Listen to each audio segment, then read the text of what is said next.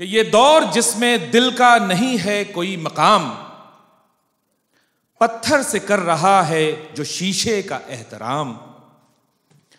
इस दौर में बजुर्रते रिंदाना दिल की बात कहता रहा था कोई, तो मंटो था उसका नाम। मंटो उर्दू अफसाने का वो नाम है जिसने इंसानी रंगों से दुनिया की ऐसी तस्वीर बनाई जो दिलावेज होने के साथ साथ हैबतनाक भी थी। इंसानी नफ्सियात की शायद ही कोई परत हो जिसे मंटू ने महसूस न किया हो, छुआ न हो। मंटो के लफ्ज़ और किरदार दहाइयों बाद भी उतने ही जिंदा और ताबिंदा हैं जैसे बिल्कुल आज तख्लीक किए गए हों। इस हवाले से गुफ्तगू करने के लिए हमारे पैनल में शामिल हैं जनाब बिमल चड्ढा जी, जो 40s-50s के मशहूर अदाकार श्याम के भतीजे हैं और उन पर फ़िलहाल एक बहुत उम्दा ज़ख़ीम किताब लिखने की तैयारी में मसरूफ़ हैं। आपने लड़कपन में मंटो के साथ खासा वक्त गुजारा है। हम उम्मीद करते हैं कि आज वो अपनी उन मुलाकातों को याद करेंगे और हमें उसका कुछ हिस्सा देंगे।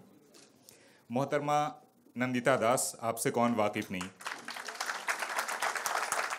ऐसे लोगों की एक बड़ी तादाद है जो फिल्में सिर्फ दिल बहलाने के लिए नहीं देखते और जिनके पास एक धड़कता हुआ दिल और एक सोचता हुआ दिमाग भी होता है। हम सब आपके फ़ैन हैं। न सिर्फ ये कि आपने 10 मुख्तलिफ ज़बानों में अलग अलग तरह की फ़िल्मों में अदाकारी के जौहर दिखाए हैं, बल्कि फ़िल्म फ़िराक से अपनी हिदायतकारी की ऐसी छाप छोड़ी जिसकी मिसालें नायाब नहीं तो कामयाब ज़रूर हैं। पाकिस्तान से नौजवान स्क्रिप्ट राइटर, डायरेक्टर और अदाकार सरमद सुल्तान खुसट तशरीफ़ रखते हैं।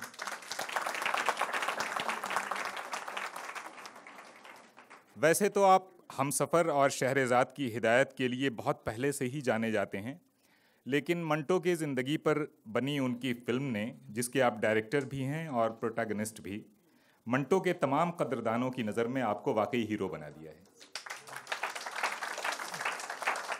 और आखिर में आपका तारुफ एक ऐसी शख्सियत से कराने जा रहा हूँ जिन्होंने दास्तान गोई की रवायत को ज़िंदा करने में एक अहम किरदार निभाया है। जो हज़रात उन्हें मुख्तलिफ न्यूज़ और स्पोर्ट्स चैनल्स पर देखते और सुनते रहे हैं, अगर उनको दास्तान सुनाते नहीं देखा तो आपने समझ लीजिए कुछ नहीं देखा। दारैन शाहिदी लिटरेचर फेस्टिवल की जान हैं और फ़िलहाल मेरी जान उनकी मुट्ठी में है। अगर वो कुछ जिम्मेदारियां संभाल लें तो मैं यहाँ से फिर रुखसत होता हूँ। दारैन शाहिदी साहब, बहुत बहुत शुक्रिया। खुश आमदीद ख़वातीन व हज़रात। तारुफ हो ही चुका है, अब सीधे सीधे मुद्दे पे आते हैं, यानी कि मंटो साहब पे। लेकिन उस पे आने से पहले मैं एक थोड़ी सी करेक्शन करना चाहता हूँ। दास्तान गोई की रिवायत को दोबारा ज़िंदा किया है महमूद फ़ारूकी ने, और वो मेरे दोस्त भी हैं, उस्ताद भी। मेरा उसमें बहुत थोड़ा सा कंट्रीब्यूशन है। और उन्होंने जो दास्तान तैयार की थी मंटोयत, वो मैं लेकर के आया हूं। उसके कुछ टुकड़े मैं आप लोगों को सुनाऊंगा भी बातचीत के दौरान, अगर इजाजत पैनल दे तो। तो बातचीत मंटो साहब के ऊपर है। दास्तान जब हम लोग शुरू करते हैं तो हम्द पढ़ते हैं पहले, लेकिन जब मंटो की दास्तान तैयार की गई तो शुरुआत एक नज़्म से हुई जो मैं पढ़ देता हूं, और वही मंटो साहब का आप समझ लीजिए इंट्रोडक्शन भी। कि ये दौर जिसमें दिल का नहीं है कोई मकाम, पत्थर से कर रहा है जो शीशे का एहतराम। इस दौर में बजुर्रते रिंदाना दिल की बात कहता रहा था कोई, तो मंटो था उसका नाम। मंटो के जिसने जहर पिया है बहर नफस, और जिंदगी का नाम लिया है तमाम उम्र। तहजीब का खुरच के हर एक गाज़े फरेब, इंसान का इंतकाम लिया है तमाम उम्र। तो ख़वातीन व हज़रात, बात कहाँ से शुरू करें?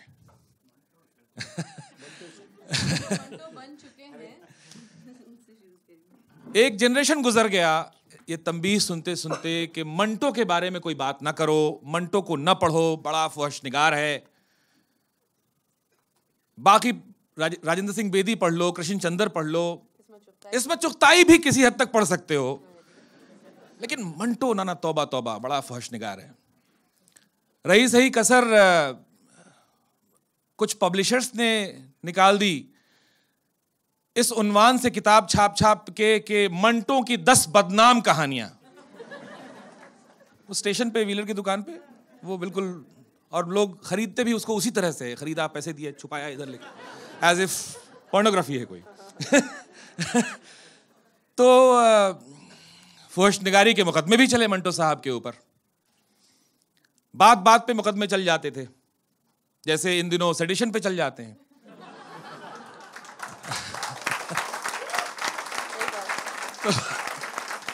तो मंटो साहब नहीं है अब हमारे बीच।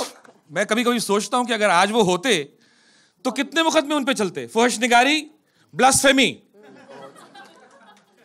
सेडिशन। आपने क्यों किया? तो 50-60 मुकदमे तो उनके ऊपर अभी चल रहे होते। बहरहाल, तो चलिए पहला सवाल सरहद पार हम उछालते हैं। चलें जी, सवाल भी उछाल लेते हैं, वरना तो इल्जामात हम दोनों पे और तरह के लग जी। वैसे आपको एक चीज और बता दें, यहाँ बिल्कुल अमन की आशा जैसा माहौल है। सरमद सुल्तान साहब जो हैं, उन्होंने पाकिस्तान में मंटो के ऊपर फिल्म बनाई। पाकिस्तानी जाविये से मेरा ख्याल है मैंने फिल्म देखी नहीं है, ट्रेलर देखा है सिर्फ, लेकिन जो पढ़ा है उसके बारे में पाकिस्तानी जाविये। पाकिस्तान में जब मंटो पहुंचे तो उसके बारे में उनका जो वहाँ जो जिंदगी गुजरी। नंदिता कुछ अलग जाविये से बना रही हैं फिल्म। पता नहीं मुझे क्या क्या सवाल पूछने चाहिए, लेकिन जितना पूछूंगा उसका ईमानदारी से जवाब दे दीजिएगा। बिल्कुल, अरे पहले शक करें मेरी ईमानदारी। तो बहुत सारे यंग लोग हैं सरमद साहब, एक पूरा जनरेशन निकल गया। मंटो को एक बार फिर से मंजर आम पर लाया जा रहा है। क्या सोच के आपने मंटो को चुना? मेरे लिए जी मंटो महज वो अफसाने नहीं हैं या वो बॉडी ऑफ वर्क नहीं है जो उन्होंने छोड़ा है। मंटो एक कैफियत है, एक ताल्लुक़ है, और वो बिल्कुल वैसा ही है जैसा कि आपने कहा कि आपको उसके हवाले से एक पाबंदी और एक ममानियत थी कि जी ये नहीं पढ़ना चाहिए, इसमें जो कुछ लिखा गया है वो शायद आपकी इखलाकी अक़दार के साथ, आपकी समाजी अक़दार के साथ, आपकी क्या कहना चाहिए, कौमी अक़दार के ख़िलाफ़ है। मैं उस अहद में बड़ा हुआ जब मंटो हमारे किसी भी निसाब का हिस्सा नहीं था, और 16 साल की तालीम में आपके किसी भी सरकारी निसाब में मंटो नहीं पढ़ाया जाता था। एक कहानी नया कानून जिसका उन्वान है, वो कभी कभार डालते थे, फिर दोबारा किसी को ख्याल आता था नहीं निकाल देते हैं, फिर वो निकल जाती थी। तो आई थिंक मेरा मंटो के साथ वो एक ताल्लुक़ बहुत सीक्रेसी का, एक बहुत अपना एक प्राइवेट वर्ल्ड का ताल्लुक़ था, जहाँ मुझे याद है मैंने यजीद पहली कहानी थी, मैं 8वीं में था, तो वो किताब के साथ ही एक झांपड़ भी मुझे याद है जो मुझे पढ़ा। तो मेरे अब्बा ने कहा कि ये क्या पढ़ रहे हो तुम? तो मैंने कहा आपकी किताब थी, वहाँ पढ़ी हुई थी। हर किताब तुम्हारे पढ़ने वाली नहीं होती, तालीम व तरबियत पढ़ा करो, एक रिसाला आता था बच्चों का। तो मैं 8वीं में था और मैंने कहा मैं काफ़ी बड़ा हो गया हूँ, तालीम व तरबियत में तो अभी भी वही सबक आमूज़ कहानियाँ जो हैं। तो कहने का मकसद ये है कि उस वक्त यकीनन जब मैंने 8वीं में पढ़ा, मैं बिल्कुल गलत समझूंगा इस बयान को भी अगर मैं कहूँ कि जी मुझे मंटो की समझ आ गई, मुझे नहीं समझ आई, मुझे बड़ा मज़ा आया। और फिर मैंने 1-2 कहानियाँ पढ़ी, मुझे और मज़ा आया, और मैंने सोचा ये तो मेरी अपनी ज़बान में सारे वो वाले लफ्ज़ हैं जो बोले ही नहीं जाते, और बाकायदा इस कदर मतलब डिटेल में ज़िक्र हो रहा है, मतलब कुछ कैफियत का, कुछ जुज़वियात का, कुछ बदनी ज़रूरतों का। तो वो एक शुरुआत, लेकिन आई थिंक वही मंटो की सबसे बड़ी ग्रेटनेस बनती है कि वो फेज़ जैसे ही ख़त्म हुआ और खोल दो पड़ी, और बग़ैर किसी एग्जैजरेशन के मैं कहूँ, मैं कोई 3-4 दिन मैं सकते में रहा। I hated my existence, I hated my self, I hated the idea of this whole idea of associating tags with people. मुझे पार्टीशन 12 साल जो कि एक कंपलसरी, बल्कि 14 साल तक कंपलसरी हमें पढ़ाया जाता है जी, मुतालिया पाकिस्तान हम उसको बोलते हैं, पाकिस्तान स्टडीज़। जो हिस्ट्री मुझे उसमें नहीं समझ आई थी वो मुझे खोल दो पढ़ के समझ आ गई। जब मैंने टोबा टेक सिंह की आखिरी सतरें, जिसमें वो कहता है टोबा टेक सिंह के हलक से एक चीख निकली और फलक शगाफ चीख निकली, सरहद के एक पार हिंदुस्तान था, सरहद के दूसरी पार पाकिस्तान था, जहाँ टोबा टेक सिंह खड़ा था उसका कोई नाम नहीं था। सो वो कैफियत जब आपको समझ आती है तो फिर बाकायदा ठंडा गोश्त पड़ने के दौरान अगर आप कहीं बहक गए होते हैं तो बाकायदा आप शीशे में जाके अपने मुंह पे तुफ करते हैं कि आप इस चीज़ में से क्या हासिल करें। तो गोया वो सनसनी हो, वो कुछ भी हो, मंटो के साथ एक बड़ा आपका एक बंधन जो है वो अपने ही एक इर्तिका से गुजरता है, और वही मेरे नज़दीक उस अदब की सबसे बड़ी खूबसूरती है जी। और मुझे लगता है कि वो जो मेरे अंदर का गुस्सा और नाराज़गी थी कि मुझे जो बताया गया वो बड़ी एक यूनी डायमेंशनल सी नैरेटिव थी। और मंटो के अभी प्रमोशन के लिए अब हमें ज़रा थोड़ा खुल के बात करने का मौका मिलता है तो हम थोड़ी संगीन बातें भी कर जाते हैं। तो तब फिल्म के हवाले से बड़ी एक हार्श सी लाइन मैंने बोली थी कि we do glorify the dream that Iqbal dreamed but we have always ignored the nightmares of Manto. So Manto's nightmares were equally important for me. So that is my connection with Manto, and that is what I wanted कि जी। और अदब में जी इधर उर्दू की हम उस generation से भी हैं जहाँ आमेज़िश किए बगैर गुफ्तगू थोड़ी मुश्किल हो जाती है, लेकिन मैं वो समझता हूँ अदब खुसूसन वो सिर्फ़ और सिर्फ ज़बान तक आप उसको कैद नहीं करते, उसका नज़रिया भी बहुत ज़रूरी होता है, उसको आप उसकी तर्जुमे की शक्ल में किसी और ज़बान में भी। तो ये जो आजकल की जनरेशन है जिन्होंने मंटो फिल्म के आने के बाद हैशटैग मंटो को टॉप ट्रेंडिंग बना दिया, तो मैं समझता हूँ ये भी एक बहुत ज़रूरी एक अंसर है अब, जो कि उसमें कोई आर नहीं है। और उनको अगर कुछ साल उसमें से लज्जत मिले या कुछ और ऐसी चीज़ मिले जो शायद हम बहुत से ऐसे लोग जो मंटो के साथ एक और तरह का ताल्लुक़ रखते हैं उससे वो ज़रा मेल नहीं खाए, तो वो भी अलाउंस देना चाहिए। तो मैं वही कहता हूँ जी, हम वहाँ पे कहते हैं Manto Pakistan legendary short story writer, आप कहते हैं हिंदुस्तान के, मैं कहता हूँ जी मैं मंटो हूँ, आप मंटो हैं, हम सब मंटो हैं, वी आर ऑल मंटो। वो चचा साम के नाम ख़त जो उन्होंने पाकिस्तान में लिखा था उसमें उन्होंने इस बात का जिक्र किया है कि पहले मैं पूरे हिंदुस्तान का बड़ा अफसाना निगार था और अब पाकिस्तान का अफसाना निगार हूँ। नंदिता, आपके हिसाब से क्या सिग्निफिकेंस है आज मंटो की? आपने ये फिल्म उठाई और गालिबन अगले साल तक कंप्लीट भी हो जाएगी इंशाल्लाह। तो आप बताएं क्यों चुना आपने? बहुत नफीस उर्दू में तो बिल्कुल मैं नहीं बोल पाऊंगी, अभी तक तो मेरी नर्वसनेस इसी में थी कि आप लोग इतनी अच्छी उर्दू बोल रहे हैं और हम तो हिंदुस्तानी बोलने वाले हैं। सुनने वाले सब समझ रहे हैं, सुनने वाले सब समझ रहे हैं कि कौन। नहीं, यहाँ 80% वैसे मेरी जितनी उर्दू जानने वाले शायद ज़्यादा होंगे, क्यों? इसलिए मुझे बहुत मैं भी वैसा ही हूँ, मैं भी वैसा ही हूँ, जस्ट डोंट वरी। खैर, तो मैं वहीं से शुरू करूँगी जहाँ सरमद ने छोड़ा कि आप भी मंटो मैं भी मंटो। और मेरे ख्याल से हम में जो वो मंटोयत है या मुझ में शायद जो वो मंटोयत है वही मुझे खींच लाई मंटो की तरफ। मैंने सबसे पहले मंटो को पढ़ा कॉलेज में, जब श्री राम सेंटर में एक मंटो की एक स्टोरी पे नाटक हुआ था। बहुत अच्छा नाटक नहीं था लेकिन कहानी बहुत अच्छी थी, तो प्रेजेंटेशन अच्छा न होने के बावजूद लगा कि इसमें कुछ बहुत ही ख़ास बात है और मैंने अब तक क्यों नहीं पढ़ा। और वहाँ दस्तावेज़ के 5 वॉल्यूम्स जो देवनागरी में है लेकिन उनकी ज़बान में है, तो उसको मैंने ख़रीदा और उसमें से जब मैं कहानियाँ पढ़ने लगी तब फिल्मों से मेरा कोई नाता नहीं था। तब बाद में मैंने सोचा मैं शॉर्ट स्टोरीज़ करूँगी, उसका भी दौर ख़त्म हो गया। और फिर जब मैं एसेज पढ़ने लगी उनकी, तो मुझे ऐसा लगा कि उनकी अपनी ज़िंदगी एक ऐसी मिसाल थी। उनकी कहानियाँ तो खैर बहुत दमदार हैं ही, उसमें तो कोई शक नहीं है, लेकिन उन्होंने अपनी ज़िंदगी में भी जिस तरह के उतार चढ़ाव सहे हैं, जिस तरह के मतलब वो रिबेलियस थे, एक तरह से बहुत पॉलिटिकल थे, लेकिन हमेशा कहते थे कि मैं पॉलिटिकल नहीं हूँ। कहते थे जितना गांधी जी को सिनेमा के बारे में पता है उतना मुझे पॉलिटिक्स के बारे में। तो कुछ हद तक वो भी चीज़ मिलती जुलती थी, क्योंकि कभी भी जैसे लोग कई बार मुझे डिस्क्राइब करने में एक्टिविस्ट भी डाल देते हैं, तो मैं हमेशा कहती हूँ प्लीज़ इतना बड़ा नाम मत डालिए, क्योंकि ये उन लोगों के लिए छोड़ दीजिए जो दिन रात सही में एक्टिविज़म करते हैं। तो कई बार आप पॉलिटिकल उसमें होते हैं लेकिन ख़ुद अपने आप को उस नज़रिए से नहीं देखते।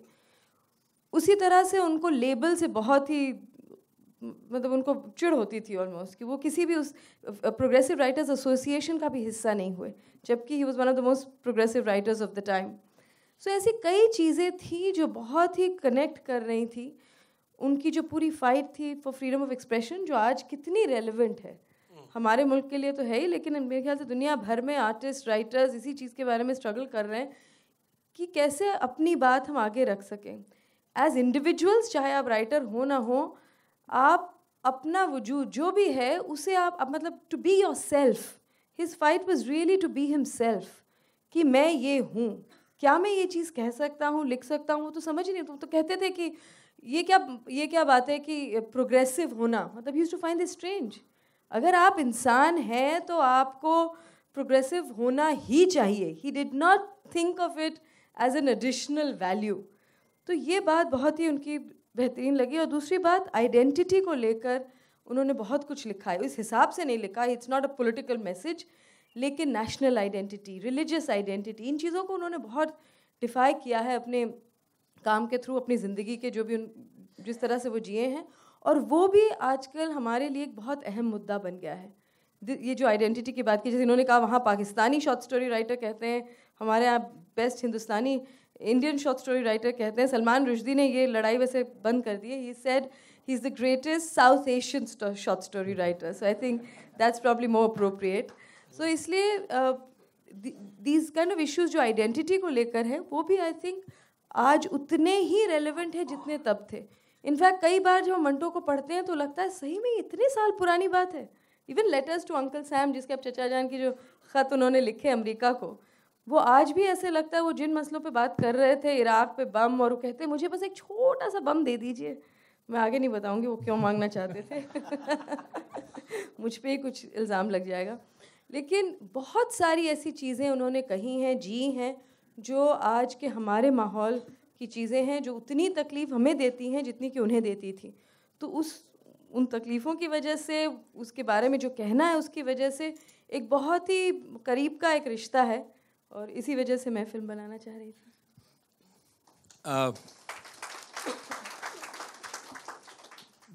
अब तक जो भी मंटो का जहाँ कहीं भी जिक्र आता है, फिल्म बनाने की बात होती है, तो एक चीज़ बहुत साफ साफ उसमें नज़र आती है कि ये पार्टीशन के दौर की कहानी होगी, पार्टीशन के टाइम का ट्रॉमा होगा, या फिर मंटो की जो ज़िंदगी है पोस्ट पार्टीशन, वो जो डार्कनेस है उसमें, उसकी तरफ हमारा फ़ौरन ध्यान जाता है। आई एम श्योर नंदिता उससे थोड़ा सा अलग कुछ करेंगी। इस सवाल पे हम आएंगे, लेकिन उससे पहले प्री पार्टीशन मंटो क्या थे? ज़बरदस्त खुश मिजाज किस्म के आदमी थे, बिल्कुल बिंदास।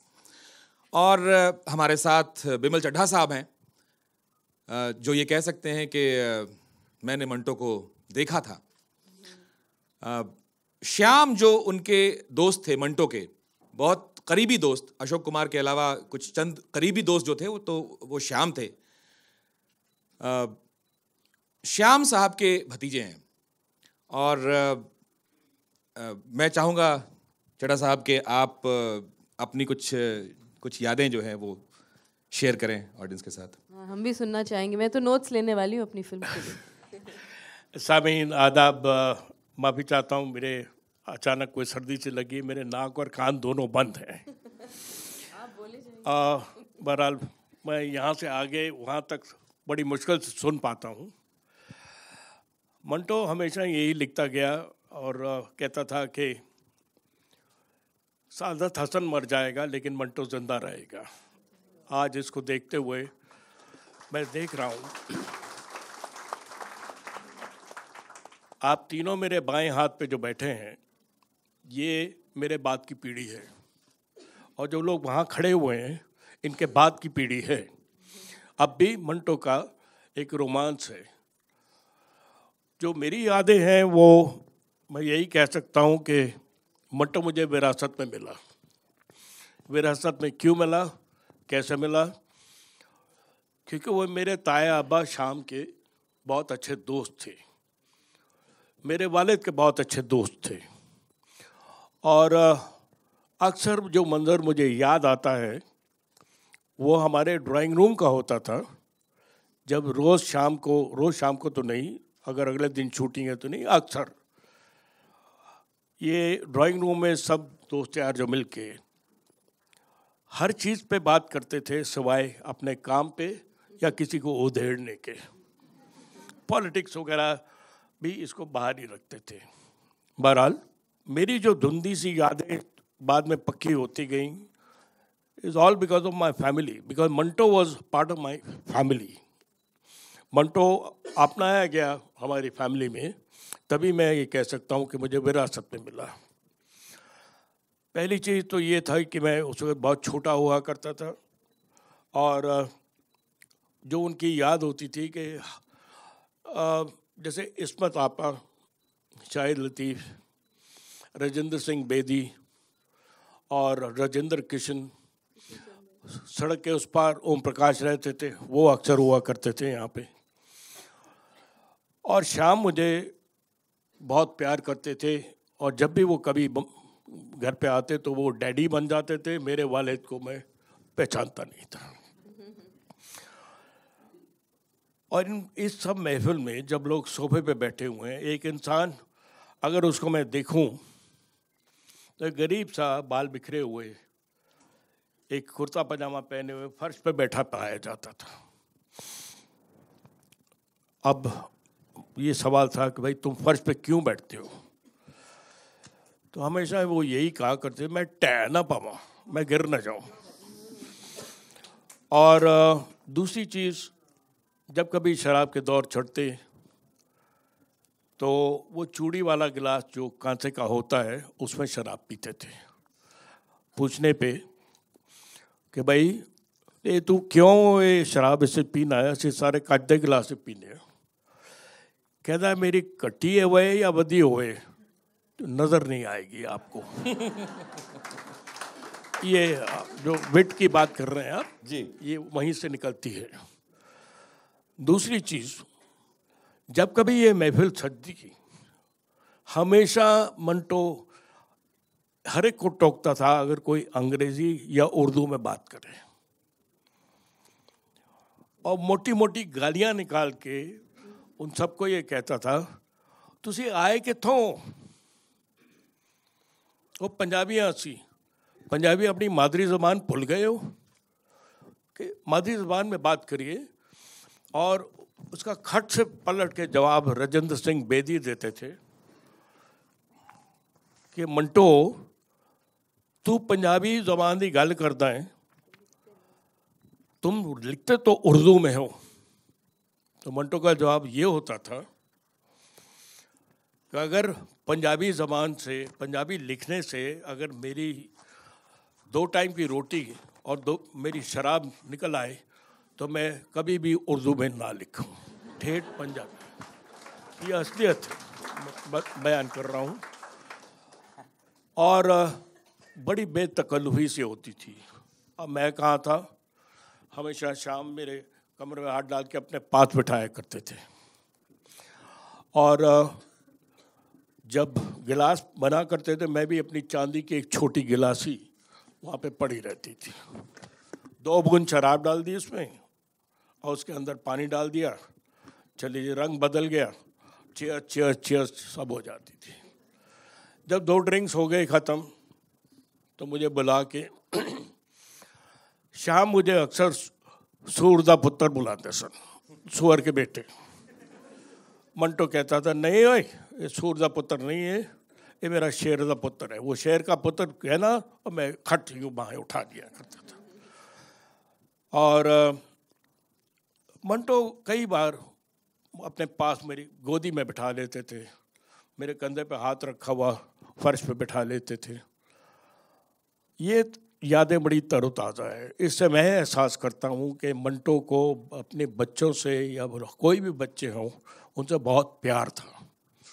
He would actually fondle and like me to be sitting in his lap. That is the quality that comes out from this. और इसी तरह अगर मैं बात करूं, अगर इजाज़त हो, श्याम और मंटो की दोस्ती जो है अक्सर ये बम्बई की है। लाहौर का कोई इनका वाक़या ऐसा हो जिसका मेरे पास कोई एविडेंस नहीं है, ना मैंने कभी घर पे सुना है कि मंटो और श्याम लाहौर में भी वाकिफ़ थे एक दूसरे से। और दो जिस्म और एक जान। क्या बात।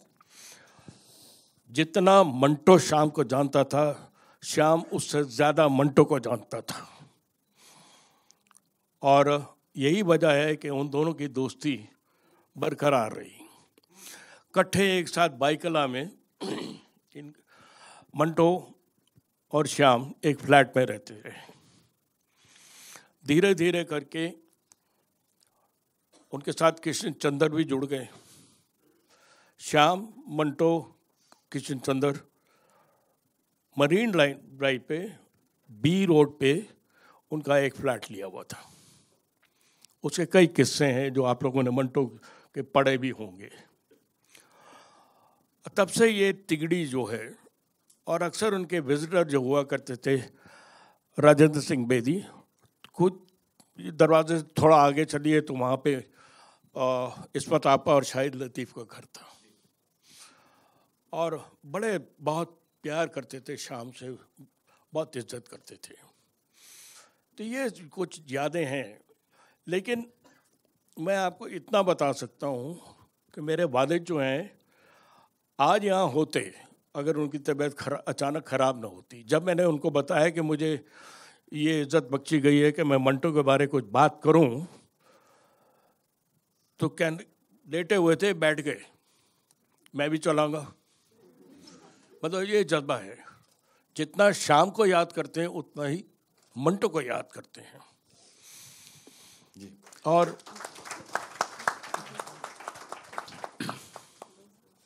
कई कहानियाँ जो अफसाने उनके लिखे हुए मुझे बताते हैं, समझाते हैं, ए उन्हें ए वाक़या होया सी तो ऐस करके एक कहानी लिखी गई है। मतलब ये इंसिडेंट था और इस वजह से ये कहानी लिखी गई। कोई कैरेक्टर्स उसमें वो ऐसे हुआ करते थे, they are real characters, real life characters. जी, इस बात पे मैं आपके पास आऊँगा नंदिता, और आपके पास भी सरमद के रियल लाइफ कैरेक्टर्स को फिल्म पे उतारने में कितना बड़ा चैलेंज आपके सामने आया। लेकिन उससे पहले श्याम और मंटू की जो दोस्ती है उसकी एक बानगी अगर आप लोग सुनना चाहें तो मैं सुनाऊं। तो साहब, एक रोज़ सुबह श्याम और मैं घर से स्टूडियो जा रहे थे। मैंने ट्रेन में अखबार का स्पोर्ट्स कॉलम खोला। ब्रेबर्न स्टेडियम में क्रिकेट का मैच चल रहा था। एक खिलाड़ी का बड़ा अजीबोगरीब नाम था, हिप्टुल्ला, HEPTULLHA, हिप्टुल्ला। मैंने श्याम को दिखाया कि यार देखो ये बड़ा अजीब सा नाम है, क्या मतलब हुआ इसका। उसे भी कुछ समझ में ना आया। खैर हम लोगों ने इस नतीजे पे पहुंचे कि शायद हैबतुल्ला की बिगड़ी हुई शक्ल होगी। बहरहाल स्टूडियो पहुंचे तो कमाल की कहानी की फिल्मी तश्कील का काम शुरू हो चुका था।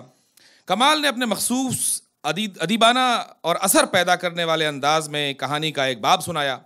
मुझसे अशोक ने, यानी अशोक कुमार ने, राय तलब की। क्यों मंटो? मालूम नहीं क्यों मेरे मुंह से निकला, ठीक है मगर हिप्टुल्ला नहीं है। बात कुछ बन गई। हिप्टुल्ला मेरा मतलब बयान कर गया। मैं कहना चाहता था कि सीक्वेंस जोरदार नहीं है। कुछ अरसे बाद हसरत ने उसी बाब को नए तरीके से पेश किया। मेरी राय पूछी गई तो मैंने इरादतन तौर पर कहा कि भाई हसरत, बात नहीं बनी, कोई हिप्टुल्ला चीज पेश करो, हिप्टुल्ला। दूसरी मर्तबा हिप्टुल्ला कह के मैंने सबकी तरफ रद्द अमल मालूम करने के लिए देखा। ये लफ्ज अब मानी अख्तियार कर गया था। चुनांचे उस नशिस्त में मैंने ये लफ्ज बिला तकल्लुफ कई बार इस्तेमाल किया कि भाई अपनी तहरीर में कुछ हिप्टुलिटी पैदा कीजिए। जब तक ऑडियंस को आप हिप्टुलाइज नहीं करेंगे तब तक हिप्टुलाइजेशन कैसे होगा। अशोक ने मेरी तरफ देखा और कहा, मंटो, ये हिप्टुल्ला किस जबान का लफ्ज है? श्याम उस वक्त वहां मौजूद था जब अशोक ने मुझसे यह सवाल किया और उसने जोर का कहकहा लगाया। उसकी आंखें सिकुड़ गईं। ट्रेन में वो मेरे साथ था ही जब मैंने उस क्रिकेट खिलाड़ी के अजीबोगरीब नाम की तरफ उसको मुतवज्जे किया था। हंस हंस के दोहरा हुआ और सबको उसने बताया कि ये मंटो की मंटोइयत है।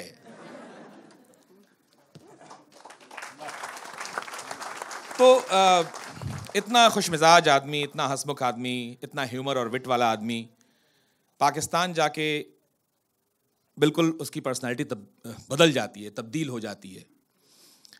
सरमद, आपसे ये सवाल कि आपने ये नहीं सोचा कि जो ये पहलू है मंटो के कैरेक्टर का, उसको फिल्म में उतारा जाए?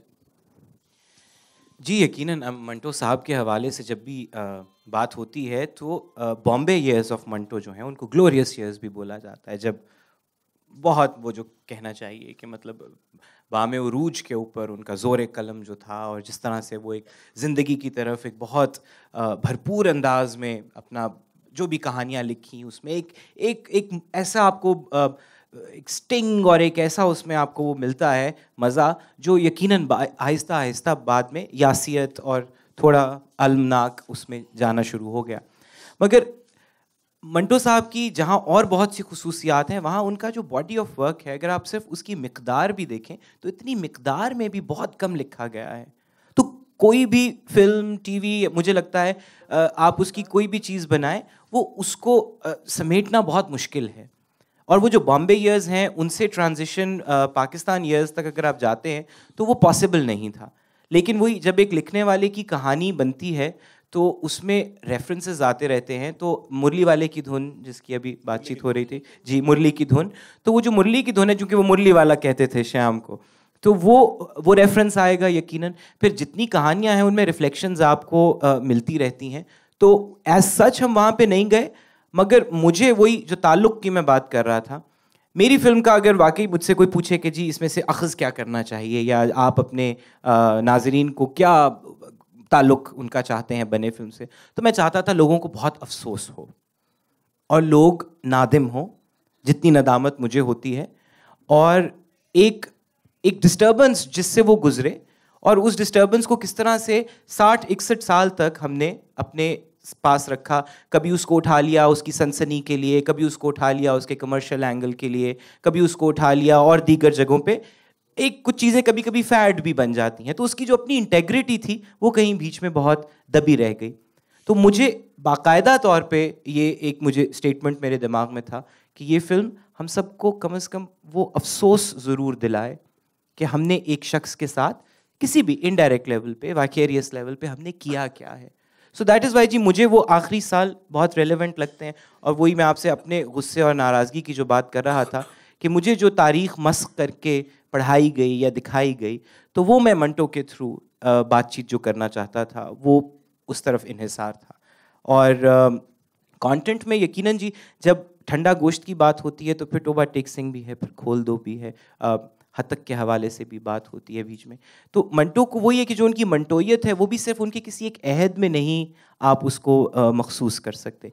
मतलब एक कहानी, पता नहीं यहाँ पे अगर किसी ने पढ़ी हो, यजीद करके एक कहानी है जी, वो क्या खौफनाक एक बयान है कि वो आपको झंझोड़ के रख देता है। उस सब तासुब और वो जो लकीरें और जो तफरीक हम बनाते हैं उसके हवाले से। जेंडर की आप बात करते हैं, आज हम प्रोग्रेसिव जो भी चीज़ें देखते हैं उसमें ओरिएंटेशन की बात है जी, सेक्सुअलिटी की बात है। हर नाम को और एक कहानी है, और वो कहानी जब मैंने पढ़ी तो अगेन वही मंटो के बाद तो कुछ आपको वाकई लगता है कि कोई झटका सा आपको बिजली का लगा है और 2-3 दिन आप ज़रा इसमें से निकलेंगे। तो वही कि मंटो की वो जो एक ओवरऑल चीज़ें हैं वो मुझे किसी ख़ास अहद के हवाले से मैंने नहीं देखा जी। मेरा ताल्लुक़ ज़्यादा अंदरूनी और ज़ाती नौइयत का था, तो वो मेरे लिए उसका जो एक्सटर्नल रेफरेंसेस थे वो शायद थोड़ी बैकग्राउंड में थे। So for me it's not about the Pakistan years only, it's about a part of Manto, a slice of Manto. लेकिन जो आपका गुस्सा था वो जिस गुस्से को आप जाहिर करना चाह रहे थे वो हुकूमत के खिलाफ गुस्सा था, पाकिस्तान बनने के ओवरऑल जी उसको गुस्सा था, पाकिस्तानी ऑडियंस जो है उसके खिलाफ आप स्टेटमेंट देना चाह रहे थे, क्या था? ओवरऑल। देखिए जी, फिर वही अदब की, आर्ट की, हिब्तुल्लाह। बिल्कुल जी। तो आर्ट और अदब में तो सबसे बड़ी खूबसूरती ये है जी कि बात कह भी दी जाए और पता भी ना चले, मतलब वो बस करीब से गुजर भी जाएं और छुए भी ना किसी को। तो वो मैं वैसे एक सिर्फ अपनी फिल्म की ट्रीटमेंट के हवाले से एक बात करता हूँ। हमारे यहाँ जी सेंसर बहुत कैटेगोरिकली बोलता है कि जी कुछ चीज़ें जिनके साथ लफ्ज़ हिंदुस्तान लगा है वो हम स्क्रीन पे नहीं दिखा सकते, ठीक है जी। जिसमें झंडा होता है, जिसमें तराना होता है। तो जो टोबा टेक सिंह, चूँकि मेरी फिल्म में वो कोई 2.5-3 मिनट का एक सिर्फ सेक्शन था, क्योंकि वो फिल्म कहानियों और उनकी ज़िंदगी को मिला जुला के बनी, तो मुझे वो जो उसकी कैफियत थी कि जी टोबा टेक सिंह सरहद पे खड़ा है और उसको वो फौजी कह रहे हैं कि भाई जाना पड़ेगा तुम्हें, तो हिंदुस्तान जाना पड़ेगा, बिशन सिंह को। तो वो अब मुझे नहीं समझ आई कि यहाँ क्या एक इफ़ेक्टिव चीज़ हो, तो मैंने बड़ी अपनी एक कुछ मंटोयत जगाई और मैंने दोनों तरानों का एक मोन्टाज बनाया। तो वो शुरू होता है जी पाक सर ज़मीन शाद पात, और फिर उसके बाद वो जाने माने गना के शुरू होता है। और मैंने कहा अच्छा जी सेंसर हो जाएगा या कुछ नहीं होगा, मुझे मतलब देश निकाला मिलेगा या कुछ जला जुलू दिया जाएगा। वो पास हो गया, वो फिल्म में चला। तो all I am saying is कि कुछ वो मुझे लगा मंटो साहब की रूह कहीं ऊपर कुछ मंडला रही थी कि वो बातचीत कुछ ऐसे ढंग से गई कि वो चला, वो हमारी स्क्रीन्स पे चला। और वो अपने मुंह से खैर बहुत सी गलतियां खामियां हैं उस फिल्म में, मगर वो एक मोमेंट वाकई ऐसा है कि जब मैं अपनी फिल्म देख रहा था तो मुझे I don't know, it's not about the film but it's about that feeling कि वो हमें कभी भी वो एहसास जो है वो नहीं हो पाता कि एक शख्स के दिमाग में क्या इंतशार होगा। तो वो इंतशार है, उसके बारे में कोई आप कौमियत ले आए, कोई सियासत ले आए, कुछ भी। तो मंटो में भी मुझे ये लगता है कि जो जज्बाती उनकी सच्चाई है वो हर चीज़ को somehow ओवरशैडो कर जाती है। इसीलिए जैसा नंदिता कह रही थी कि वो कहते भी बहुत सियासी बात है मगर फिर वो साथ कहते हैं मैं सियासी नहीं हूँ। उनको लोग रजत पसंद कहते थे, तरक्की पसंद कहते थे, कोई कहते थे पार्टी के आदमी है, तो वो उनका ही बल्कि अपने बारे में कहीं लिखते ना मैं रजत पसंद हूँ, ना तरक्की पसंद हूँ, मैं मंटो पसंद हूँ, यू नो। तो वो मंटो पसंद हैं और वो उसी की आड़ में वो बहुत सी बातें कह देते थे और हम भी उनकी बगल में छुप के बहुत कुछ कह गए। और आपके बगल में छुप के बहुत कुछ कहने वाली भी हैं अभी ये। नंदिता, मंटो के फिक्शन और नॉन फिक्शन की अगर बात करें तो बहुत एक धुंधली सी दीवार है। अगर हम मम्मी को अफसाना कहते हैं तो जो उनके खाके हैं उसे अफसाना नहीं कह के उन्हें खाका कहते हैं, लेकिन मम्मी में मंटो बजाते खुद मौजूद हैं। बाबू गोपीनाथ में भी मंटो बाकायदा मौजूद हैं।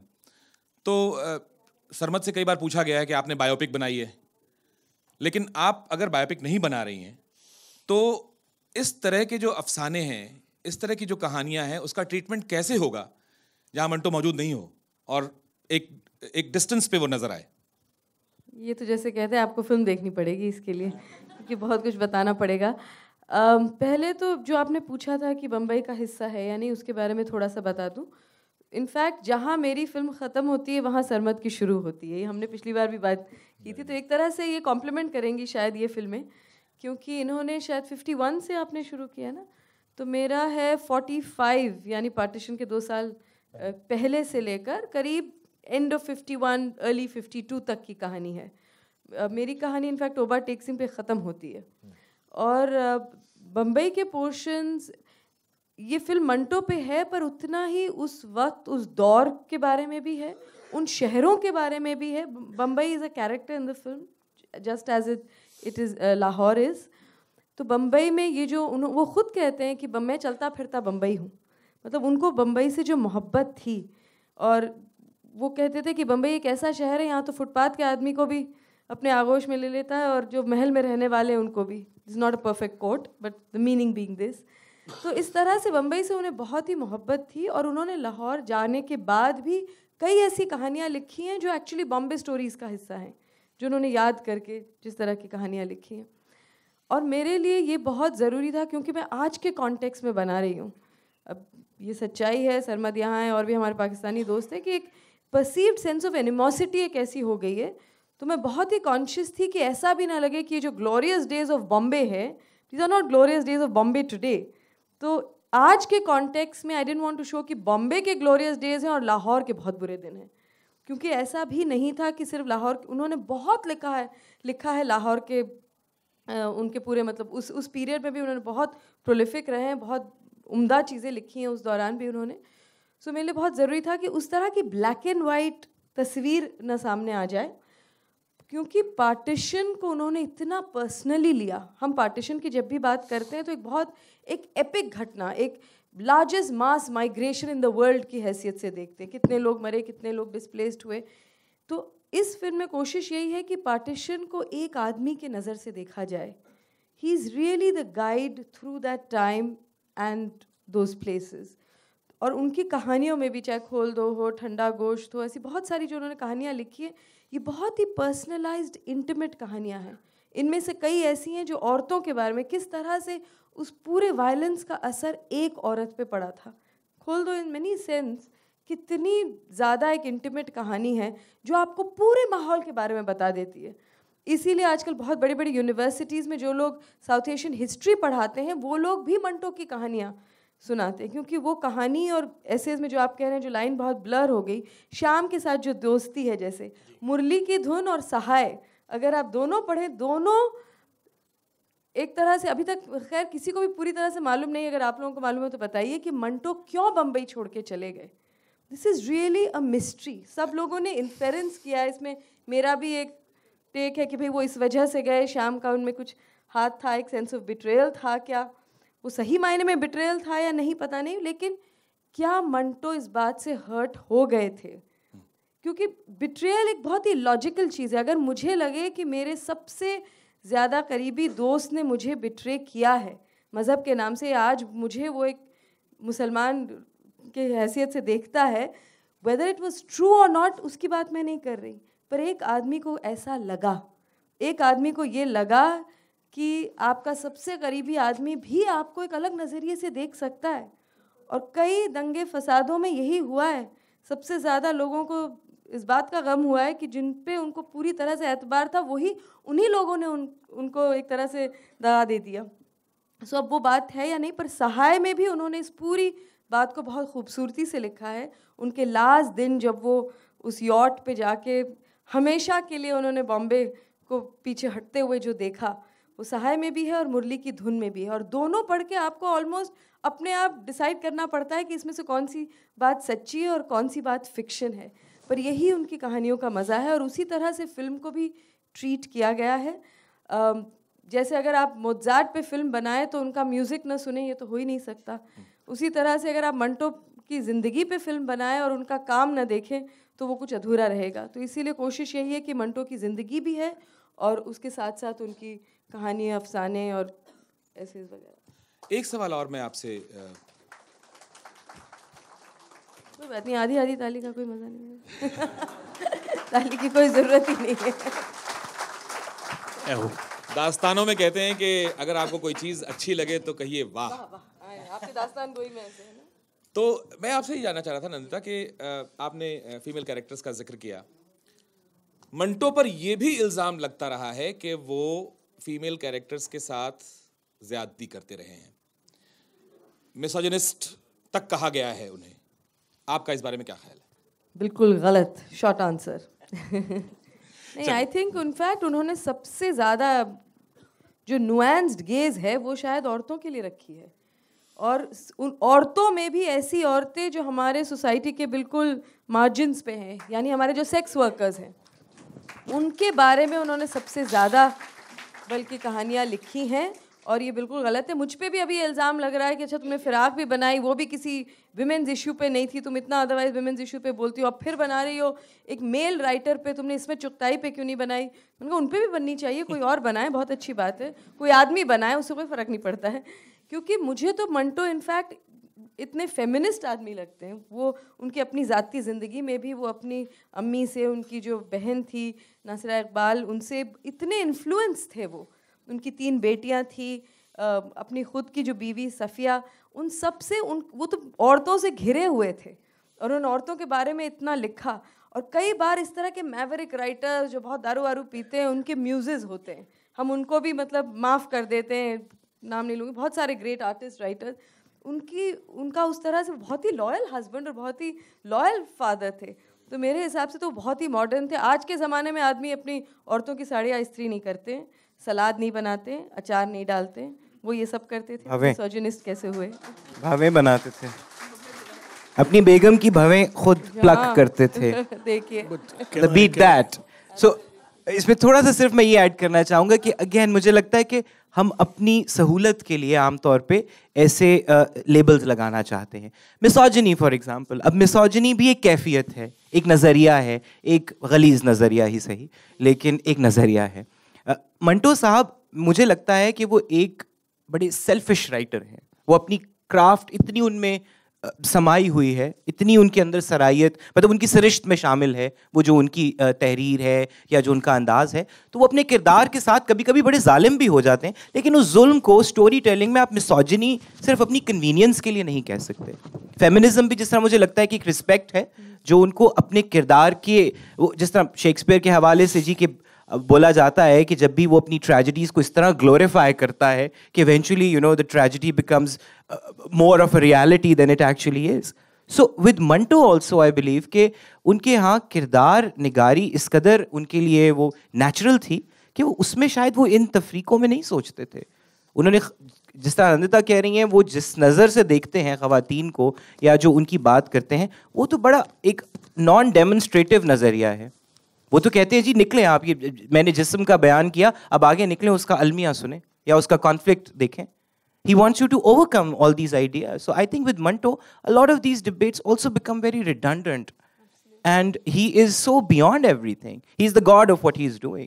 वो जो आखिरी कतबा लिखा, आज भी मनो मिट्टी थले लेटा सोच रहा है कि वो बड़ा अफसाना निगार है या खुदा, तो वो तो अपने काम की खुदाई के दावेदार भी थे।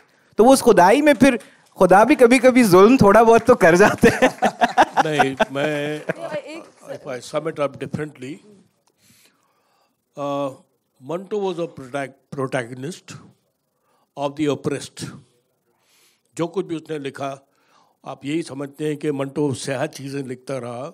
एक्चुअली माशरे में जो खोखलापन है, जो नंगापन है, जो ज़ीरो है, उसको ये उछाल के लाता रहा, जिसके लिए वो, चाहे वो हीरा मंडी हो या फारस रोड हो, वहाँ महीनों महीनों, दिनों दिनों, हफ्तों हफ्तों वहाँ पड़ा रहता था। और ख़ास करके जो फेमिनिस्ट बात करी है आपने, आई कैन टेल यू, मेरा सवाल आप सबसे यही होता है, कभी आपने मंटो का कोई स्कैंडल सुना है? कोई नहीं, कोई स्कैंडल नहीं। इतना पाक इंसान था वो कि आज भी उसको याद किया जाता है। किस वजह से? नफीस इंसान था। He was very honest man, very sincere in his work. He wrote what he wanted to write. और हमेशा ये चीज़ याद रखिए कि मंटो के ऊपर कोई इल्ज़ाम किसी तरह का, हाँ अश्लील था, ये था, आयात था, शराबी था, कबाबी था, मानता हूँ, लेकिन देयर समथिंग यू नो, जिसे कहते हैं कि आई हैव अ रिलीजन, तो वो चीज़ बड़ी उभर के आती है। मुझे लगता है कई बार हम अपने कॉन्टेक्स्ट से एक चीज़ को देखते हैं। जैसे आज कई जगहों पे लिखा है कि मंटो वाज वेरी एरोगेंट। अभी जो इन्होंने कहा about you know who is a greater story teller, God और मी, ये तो बहुत ही एरोगेंट लगता है। अच्छा, आप अपने आप को गॉड से कंपेयर कर रहे हैं। लेकिन एरोगेंस की हमारे उसमें जो डेफिनेशन है वो है कि बहुत ज़्यादा जो अपने आप को समझता हो, लेकिन उनकी जो एक एरोगेंस थी वो एक अलग तरह की थी। ही did not compare himself with others, it came from a very deeper sense of confidence. और आप उसको मिसप्लेस कॉन्फिडेंस कह सकते हैं। जब उनके बहुत बुरे हालात थे तब वो सफ़िया को कहते थे, पंजाबी में बहुत अच्छी लाइन है, मुझे तो आता नहीं, कि मैं इतना लिख रहा हूँ, बेसिकली कि इतना लिख रहा हूँ कि तुम्हें कभी भूखा नहीं मरना पड़ेगा, यूज्ड टू से। और सफ़िया कहती थी इसीलिए भूखे मर रहे हैं क्योंकि आप इतना लिख रहे हो।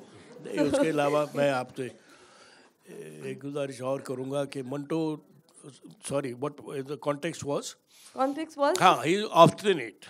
मतलब देखिए, सबसे बड़ी चीज़ जो उभर के आती है, जो भी कहानी उसने लिखी, जो भी किरदार उसके सामने आए, उसकी रियल लाइफ के थे, कोई फिक्शन नहीं है उसमें। मिसाल देता हूँ मुरली की धुन की।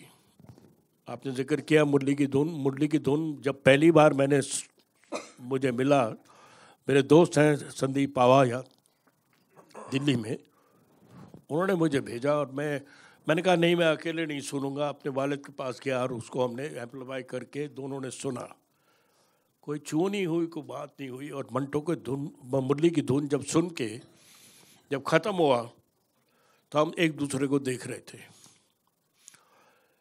And the question my father asked me was, Inu इन्नियां चीज़ां किस तरह पता? The very personal anecdotes in that which is coated on शाम। कई ऐसी पर्सनल चीज़ें हैं और वो चीज़ें उसमें उभर के आती हैं। He was not adamant, he was not obstinate, he was firm on one thing कि सच को सच ही बोला गया। आप सच को झूठ कैसे बना सकते हैं? There is no question। इसी वजह से लोगों को ये मिसअंडरस्टैंडिंग है कि भाई वो तो बड़ा ऑब्स्टिनेट ढीठ आदमी है। No, is never, because is sincerity. मैं आपको मिसाल देता हूँ कि हम लोग सब यहाँ बैठे हुए हैं, कोई वाक़या अगर हो जाए और हमसे ये कहा जाए कि आप तीनों चारों लिखिए इसके ऊपर, और अगर मंटो यहाँ बैठा होगा, यकीन दिलाता हूँ आपको कि हम चारों के अलावा पांचवा जो नज़रिया मंटो का था मुख्तलिफ है।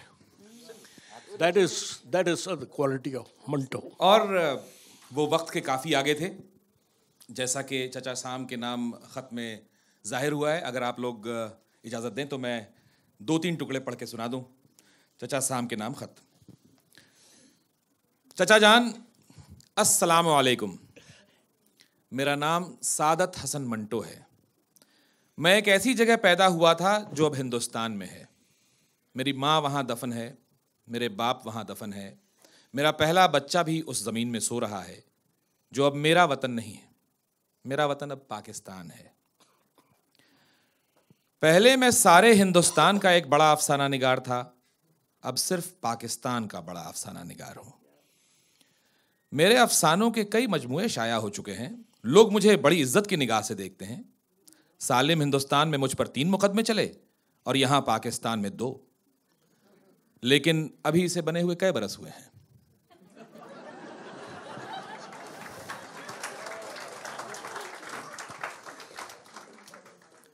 चाचा जान, अब मैं अपने अहवाले रोजगार की तरफ आता हूं। आपकी रीशे मुबारक की कसम, दिन बहुत बुरे गुजर रहे हैं। इतने बुरे गुजर रहे हैं कि अच्छे दिनों के लिए दुआ मांगना भी भूल गया हूं। ये समझिए कि बदन पर लत्ते झूलने का जमाना आ गया है। कपड़ा इतना महंगा हो गया है कि जो गरीब है उसको मरने पर कफन भी नहीं मिलता, और जो जिंदा है वो तार तार लिबास में नजर आ रहा है। अब तो मेरा हाफजा भी यहाँ की कशीद की हुई शराब पी पी कर बहुत कमजोर हो गया है। यूं तो पंजाब में शराब नोशी ममनू है, मगर कोई भी आदमी 12 रुपए 2 आने देकर शराब पीने की परमिट हासिल कर सकता है। इस रकम में 5 रुपए डॉक्टर की फीस के होते हैं, जो लिख देता है कि जिस आदमी ने ये रुपए खर्च किए हैं, अगर बाकायदा शराब न पिए तो उसके जीने का कोई इम्कान नहीं है। सब कुछ जानता था, मगर मीर क्या सादे हैं, बीमार हुए जिसके सबब उसी अत्तार के लौंडे से दवा लेते हैं। दरअसल हमारी हुकूमत मुल्लाओं को भी खुश रखना चाहती है और शराबियों को भी। और मजे की बात यह है कि शराबियों में कई मुल्ला मौजूद हैं और मुल्लाओं में अक्सर शराबी। बहरहाल शराब बिकती रहेगी। चाचा जान, हिंदुस्तान लाख टापा करे, आप पाकिस्तान से फौजी इमदाद का मुआहदा जरूर करें। अब देखिए, अमेरिका से मुखातिब हैं। हिंदुस्तान लाख टापा करे, आप पाकिस्तान से फौजी इमदाद का मुआहदा जरूर करें, इसलिए कि आपको इस दुनिया की सबसे बड़ी इस्लामी सल्तनत के इस्तेहकाम की बहुत ज्यादा फिक्र जो है। और क्यों, और हो भी क्यों ना, इसलिए कि यहां का मुल्ला रूस के कम्युनिज्म का जबरदस्त तोड़ है।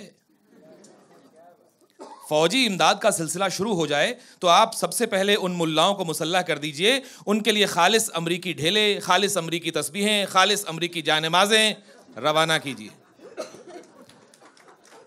उस्तरों और कैंचियों को सरे फहरिस्त रखिएगा। और अगर खालिस अमरीकी खिजाब लाजवाब भी आपने मरहमत फरमा दिया तो समझिए कि पौबारा है। ये जान लीजिए कि मुल्लाओं का ये फिरका अमरीकी स्टाइल में अगर मुसल्ला हो गया तो सोवियत रूस को यहां से अपना पानदान उठाना ही पड़ेगा। जिनकी कुल्लियों तक में कम्युनिज्म घुला पड़ा है। चाचा जान, अब तो आप हिंदुस्तान और पाकिस्तान में जंग करवा दीजिए। ये बड़ी मनफरद बख्श तजारत होगी। भारत भी आपसे हथियार खरीदेगा और पाकिस्तान भी, और आपकी 5 उंगलियां घी में। बहरहाल तो इस तरह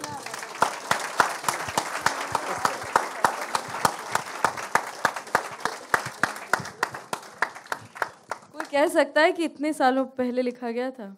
आखिरी जो 3 लाइनें पढ़ी हैं वो तो बिल्कुल आज भी कोई लिख दे चचा सैम को। तो अगर आप लोगों में से किसी के पास कोई सवाल हो तो। जिस हिसाब से ये सब कुछ चल रहा था और उनकी जो प्यार और उनका जो आपकी फैमिली में आना जाना सब कुछ इतना था, तो वो अचानक चले गए, तो उनका जाना उनको खुद, आपने बताया कि कुछ मुसलमान और हिंदू का जो, लेकिन कभी पाकिस्तान जाके कभी मंटो ने ये जाहिर किया कहीं अपनी बातों में या कहीं अपनी किताबों में कहीं जिक्र आया इस तरीके की कोई कहानी का कि मेरे साथ इस तरीके से बिट्रेल किया गया? बिट्रेल की मिसाल मैं देता हूँ जी आपको, और जिसको घुमाया गया है और बड़ी मिसअंडरस्टैंडिंग होती है। वाकया मंटो ने खुद बयान किया है और मैं मानता हूँ कि वाकया सच्चा है, क्योंकि मेरे वालिद जो ने ये कहा है कि हाँ ऐसी बात हुई थी। पहली चीज़, शाम, I belong to a mix family. I belong to a Punjabi केसाधारी सिख फैमिली, और सिखों का और पंजाबी में पहले जो बड़ा बेटा होता था पहले वही उसको सिख बनाया जाता था, एक बेटे को ज़रूर सिख बनाया जाता था। मेरे कई रिश्तेदार हैं जो सरदार हैं, तो कोई बात नहीं। एक डिस्प्लेस्ड सिख फैमिली को मिलने जो हमारे रिश्तेदार हुआ करते थे, वाकया बयान किया हुआ है कि मंटो और शाम दोनों गए, और जब वो बातें सुनी उन्होंने, जिस तरह से जो जुल्म उनके ऊपर हुए, तो शाम गुस्से में था। जब वापस आने लगे तो मंटो ने सवाल पूछा, बुनियादी सवाल पूछा, ओ यार मैं भी मुसलमान हूँ, क्या अगर ये वाकया मैंने किया होता तो तुम मुझे मार देते? उसमें शाम का जवाब ये था कि जब मैं कहानी सुन रहा था, वाकया सुन रहा था, तो मेरे में इतना जोश था कि हाँ मैं तुम्हारा खून कर सकता था। मंटो फिर अपने आप सोचता है, ये बड़ी गलतफहमी उस तरफ है कि ये कहानी की गांठ बांध ली गई है। असलियत अगर आप पढ़ें उर्दू में या अंग्रेज़ी में मंटो को, या देवनागरी में, उसमें मंटो ने यही कहा है कि अगर ये वाकया मेरे साथ हुआ होता तो मैं भी शायद शाम को मार सकता था। द बोथ ह्यूमन बींग्स उकसाने पे। उस वक्त मारकाट ही इतनी ज़्यादा हुई थी, उसी वजह से ये नहीं, वजह और भी हैं, कई और भी हैं बहरहाल, but I just wanted to clarify this, there is a huge gap on such matter. Just on that, I think एक और चीज़ जो हम इसमें मिस करते हैं कि जितनी भी कहानियाँ अगर बहुत खोल के आप उनको बयान करें तो ठंडा गोश्त में एक सिख मर्द और ख़ातून है, खोल दो में एक मुसलमान बाप और मुसलमान लड़की है, इसी तरह टोबा टेक सिंह में और किरदार हैं। सो मंटो बहुत हद तक एक बड़ी फेयर और अनबायस्ड कलेक्टिव साइकी की भी बात करते हैं। वो किसी एक की साइड नहीं लेते। वही जहाँ आपके, हाँ मुझे नहीं पता जी, तारीख जब पढ़ाई जाती है तो हमारे यहाँ जी तो जी ट्रेनें भर भर के आ रही थी और वहाँ से जुल्म हो रहे थे मुसलमानों पे। खोल दो जब आप पढ़ते हैं तो आप क्यों झंझोड़े जाते हैं? क्योंकि वहाँ तो एक मुसलमान और मुसलमान के रवैयों के ऊपर बातचीत हो रही है। सो वही कि मंटो एक कलेक्टिव साइकी की बात करते हैं। इस वाक़े के वो अभी चड्ढा साहब ने जिस तरह बताया, मुझे नहीं पता कि वो उनके इल्म में है कि नहीं, लेकिन मेरी रिसर्च के मुताबिक तो श्याम साहब बाद में पाकिस्तान भी आए थे, और ख़ुसूसन एक वक्त जब पब्लिशर्स नहीं मिल रहे थे उनको काम के लिए, ऊपर नीचे दरमियान उन्होंने एक जो लिखा जी, वो बड़ी मज़ेदार सी उसकी फॉर्म है, वो ड्रामा भी लगता है, अफसाना भी लगता है, स्केच भी है। तो वो श्याम साहब ने पैसे दिए थे उसको छपवाने के लिए भी, तो श्याम साहब पाकिस्तान है। तो वही कि अगेन वो भी एक इंसानी ताल्लुकात में आप उनको ब्लैक एंड वाइट नहीं कर सकते, उसमें ऐसे क्यों नहीं आते होंगे। एक मॉब साइकोलॉजी जो होती है उसमें सभी पे वो असरअंदाज होती है, काट दो जला दो 10,000 लोग मिलकर नारा लगाते हैं तो जो बीच में एक नहीं भी लगाना चाहता, इल्ज़ाम तो उस पर भी उतना ही आएगा या वो उससे मुतासिर तो होगा। तो आई थिंक वो भी हम अपनी आसानी के लिए कई दफ़ा सिर्फ सोचते हैं कि जी सिर्फ एक वाक़या था, वो एक वाक़या नहीं हो सकता मेरे नज़दीक। जी, मेरा सवाल नंदिता मैम से है। आप मंटो के जीवन पर फिल्म बनाने जा रही हैं और यहाँ चर्चा के बीच में अभी बिमल सर ने कहा कि मंटो ने जितनी कहानियाँ लिखी हैं वो सारी हकीकात पे उन्होंने बुनियाद है उन सारी कहानियों की, वो सब सच हैं ज़्यादातर, या दूसरे लफ्ज़ों में कहा जाए कि वो बयान है हकीकत का। तो मेरा सवाल यहाँ ये है कि आप मंटो को अपनी फिल्म में एक सिर्फ मंटो ही कैरेक्टर तक महदूद रख रही हैं या आप उसे अपनी फिल्म का एक मतलब कहा जाए कि मंटो की जो सीमाएं हैं उससे और पार लेकर जाना चाहती हैं? क्योंकि साहित्य में जहाँ तक मैं जानता हूँ, अभी मुझे नहीं मालूम आप बायोपिक बना रही हैं या किस तरह की फिल्म है, लेकिन जहाँ तक मैं साहित्य को जानता हूँ वहाँ पे सिर्फ हकीकत नहीं होती, हकीकत के साथ ज़िंदगी के और सारे रंग भी निकल कर सामने आते हैं, जिसमें बहुत सारा फिक्शन भी होता है और भी तमाम ज़िंदगी के दूसरे पहलू होते हैं। तो ज़रा इस पे थोड़ा सा आप रोशनी डालें। देखिए, जब आप फिल्म करते हैं तो कुछ हद तक तो फिक्शन होता ही है। अब जैसे मंटो और सफ़िया में आपस में उनके बिस्तर पे क्या बात हो रही थी वो तो हमें नहीं पता। वैसे उन्होंने उसके बारे में भी कुछ टुकड़े लिखे हैं, ऑलमोस्ट लाइक पिलो टॉक्स। लेकिन ऐसी कई चीज़ें हैं जो फिक्शन है, लेकिन अगर आप एक इंसान को गहराई से समझ जाएं तो वो फिक्शन भी उसी दायरे की होती है, समझ के ही कि या अगर उन्होंने इस बारे में ऐसा लिखा है तो शायद वो ऐसा सोचते होंगे। यानी उस कैरेक्टर से आप बढ़ेंगी, मतलब वो शायद बढ़ेंगी ऑटोमेटिकली आप। बढ़ना ही होगा। और ये बायोपिक जब हम सोचते हैं तो हम लोग ज़्यादातर जैसे क्रेडल टू ग्रेव यानी पूरी ज़िंदगी की कहानी, वो कहाँ कैसे अमृतसर में बड़े हुए, ये वो दिल्ली आए, रेडियो स्टेशन पे काम किया, इस तरह से पूरी बायोपिक नहीं है। जैसे इन्होंने कुछ साल लिए हैं उसी तरह से मैंने सिर्फ 7 साल लिए हैं। तो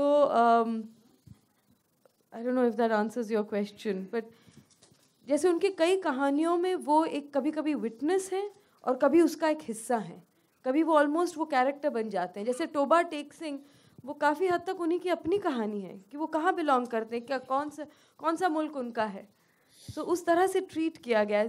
देखिए, फिल्म में एक तो ये क्योंकि एक विजुअल मीडियम है, जब हम कोई चीज़ पढ़ते हैं उसमें एक अलग फ्रीडम होती है क्योंकि आप इमेजिन कर सकते हैं। फिल्म एक तरह से आपको बांध देता है, लेकिन फिल्म क्योंकि विजुअल मीडियम है उसमें अब वर्ड्स और पढ़ने के अलावा भी और सारी चीज़ें भी बातें कर रही हैं। तो हर मीडियम के अपने एडवांटेजेस होते हैं। तो होपफुली ये सारी जो बारीकियां हैं, जो उसके सारे नुआंसेस हैं, होपफुली हम लेकर आएंगे, लेकिन इसका कोई आसान जवाब नहीं है। शुक्रिया जी। नहीं जी, इस फेस्टिवल में नहीं हो रही जी। आई व्यू नाम का एक फेस्टिवल है जो होगा अभी मार्च में दिल्ली में, उसमें जी इंशाल्लाह ताला रिलीज भी करेंगे ना? जी रिलीज भी करेंगे जी इंशाल्लाह। जी फिल्म्स के पास हमारे राइट्स हैं, जी फिल्म्स के पास जी मंटो नाम है जी फिल्म का। फिलहाल तो मंटो ही है। और क्यों ना हो सर, नाम ही इतना बड़ा है। थोड़ा सा इसमें वही ऐड करूंगा जी, आप जैसे कह रहे थे तो मंटो की कोई एक कहानी लेकर भी उस पर एक फीचर, उस लेंथ की फिल्म भी उसको कभी कभी जस्टिफाई शायद ना करे। फिल्म देखना और पढ़ना दो बिल्कुल मुख्तलिफ तजुर्बे हैं। तो मैं ख्याल है वो हम भी अपने लेवल पे एक खिराज तहसीन कह लें, एक अकीदत कह लें, मोहब्बत कह लें, वही दिखा रहे होते हैं। वही अगर आप ये सोचें कि अच्छा जी इससे ज़्यादा फ़ायदा होगा तो यकीनन मैं शायद कुछ लाइसेंस लेके नंदिता के बिहाफ पे भी ये कहूँ कि उनके काम से बड़ी तो नहीं हो सकती वो फिल्में। अगर आप उनकी कहानी से ज़्यादा मुस्तफ़ीद होना चाहते हैं, फैज़याब होना चाहते हैं, तो हम भी एक खराज तहसीन और इंटरप्रिटेशन पेश कर सकते हैं। वो काम अपनी जगह पे जितना बड़ा है उसकी इफादियत तो आपके अपने लिए है। पढ़िए, इंटरप्रिटेशन बहुत ज़रूरी, क्योंकि वो तो होगा ही। ये एक फिल्म मेरे नज़रिए से आएगी, एक फिल्म इनके नज़रिए से है। मेरा नाम इरफान है।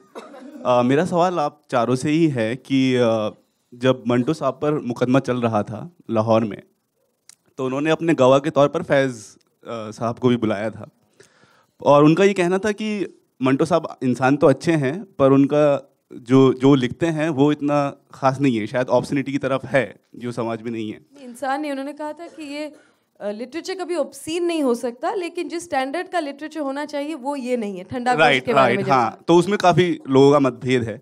और अगर हम अली सरदार जाफरी को भी देखें तो वो भी इख्तिलाफ नहीं रखते थे काफ़ी जगह पर। तो क्या आप बता सकते हैं क्या वजह थी कि इतने अच्छे राइटर्स या पोइट भी एक सतह पर नहीं थे उस दौर में? क्या वजह रही होंगी उसकी? ये तो कितनी बोर कैफियत होती है अगर सब एक ही सफ़े पे होते। मेरा ख्याल है वो इख्तलाफ तो बहुत ज़रूरी था। वो छोटी छोटी नोक झोंक अगर ना होती, मतलब अगर बहुत सारे मंटो होते तो मेरी तो मोहब्बत में से सच्चाई सब निकल जाती। वो एक ही होता है जिसको दिलो जान से चाहा जाता है। नो, आई थिंक वो नज़रिए की बात है मेरी नाक़िस राय के मुताबिक। और फैज़ साहब बाय द वे अमृतसर में जिस कॉलेज में मंटो साहब अपने बारे में खैर लिखते हैं कि मैं बड़ा नालायक हूँ, उर्दू लिखनी नहीं आती, मैट्रिक में फ़ेल हो चुका पै दर पै, तो फैज़ साहब वहीं पढ़ाते भी थे और शुरू में he was very supportive of him also. वही बात कि अब आपको वो पूरा कलेक्टिव एक वो एनवायरनमेंट समझना पड़ता है कि शायद कोई डिप्लोमेटिक बात की गई हो। मेरे उसके मुताबिक नंदिता आई थिंक कुछ ऐसी बात भी थी कि हाँ अगर ये ना लिखा जाता तो भी मुनासिब था, कोई गोल मोल बात थी। मगर आप ऑफिशियली किसी बड़े पब्लिक प्लेटफॉर्म पे पोडियम पे खड़े होके तो आपको कुछ बात ज़रा बीच में से निकालनी पड़ती है। So but that again says so much about the diversity of that era. And I think it's a whole different debate also. Progressive writers के साथ उनका क्या रिश्ता था? बम्बई में अलग रिश्ता था, लाहौर में अलग रिश्ता था। कई लोगों ने तो उन पर इस तरह की तोहमतें भी लगाई थी कि वो तो रिएक्शनरीज के साथ हैं, असगरी जैसे लोगों से अपना फॉरवर्ड लिखवा रहे हैं। अहमद नदीम काज़मी ने एक ओपन लेटर मंटो के ख़िलाफ़ लिखा कि वो उनको सपोर्ट नहीं कर रहे। तो ये एक पूरा एक बहुत पेचीदा मामला है, उसमें कई रीजंस हैं। वो ब्लेम गेम की तरह ना लगे कि हम क्योंकि मंटो सपोर्टर्स हैं, उनकी क्या बात थी, किस माहौल में। कुछ लोग सोचते थे कि नेशनलिस्ट, बम्बई में भी कि कई प्रोग्रेसिव राइटर्स सोचते थे कि वो नेशनलिस्ट मूवमेंट के बारे में क्यों नहीं लिख रहे, वर्कर्स के बारे में क्यों लिख रहे। वो इस तरह की desires of a middle class बू, जिस तरह बू जब लिखी गई थी तो बहुत प्रोग्रेसिव राइटर्स ने भी उसका मतलब विरोध किया था कि क्यों इस तरह से चीज़ें लिखी जा रही हैं। But this is a very complex issue. इसका अगर हम छोटा जवाब देंगे ना तो वो बहुत ब्लैक एंड वाइट हो जाएगा। मेरा ये सवाल है कि फिक्शन पे बहुत बातें होती हैं और होती रहेगी, लेकिन नॉन फिक्शन पे बहुत कम लोग बात करते हैं। तो मैं non fiction, Mantu non fiction, मेरा सवाल सिर्फ आप दोनों से है, सरमद साहब से और नंदिता जी से, कि आपने अपनी फिल्मों आपकी मैंने देखी नहीं है तो नॉन फिक्शन को आपने कितना लिया है, ये मैं बताना चाह रहा हूँ, पूछना चाह रहा हूँ। मैंने बहुत कम लिया टू बी ऑनेस्ट जी। एक तो मेरे पास 2 घंटे का दौरानिया था। मेरी फिल्म में स्याह हाशिए से लेकर ठंडा गोश्त, खोल दो, हतक, टोबा टेक सिंह, लाहौर से पेशावर तक, और हमजाद, तो वो बहुत सारा और था। एंड टू बी ऑनेस्ट मैंने मंटो साहब का नॉन फिक्शन, मैं शायद खुद वही उसी हालत में बड़ा कोई गैर सियासी सब ह्यूमन लेवल का इंसान हूँ, तो वो मुझे बहुत सी चीज़ें शायद मैं कनेक्ट नहीं कर पाता। मैं पर्सनली फ़िक्शन का ज़्यादा फ़ैन हूँ, तो मैंने वही उसमें से चीज़ें ली जिनसे मुझे अपना ताल्लुक़ ज़्यादा लगता था। अंकल सैम के नाम लेटर्स जो हैं वो इसी का एक एक्सटेंडेड प्रोजेक्ट है, उसमें है बुरके और वो एक है और उनका नॉन फिक्शन का पीस वो है, मगर मेरा ज़्यादा इंक्लिनेशन उनके फिक्शन की तरफ है।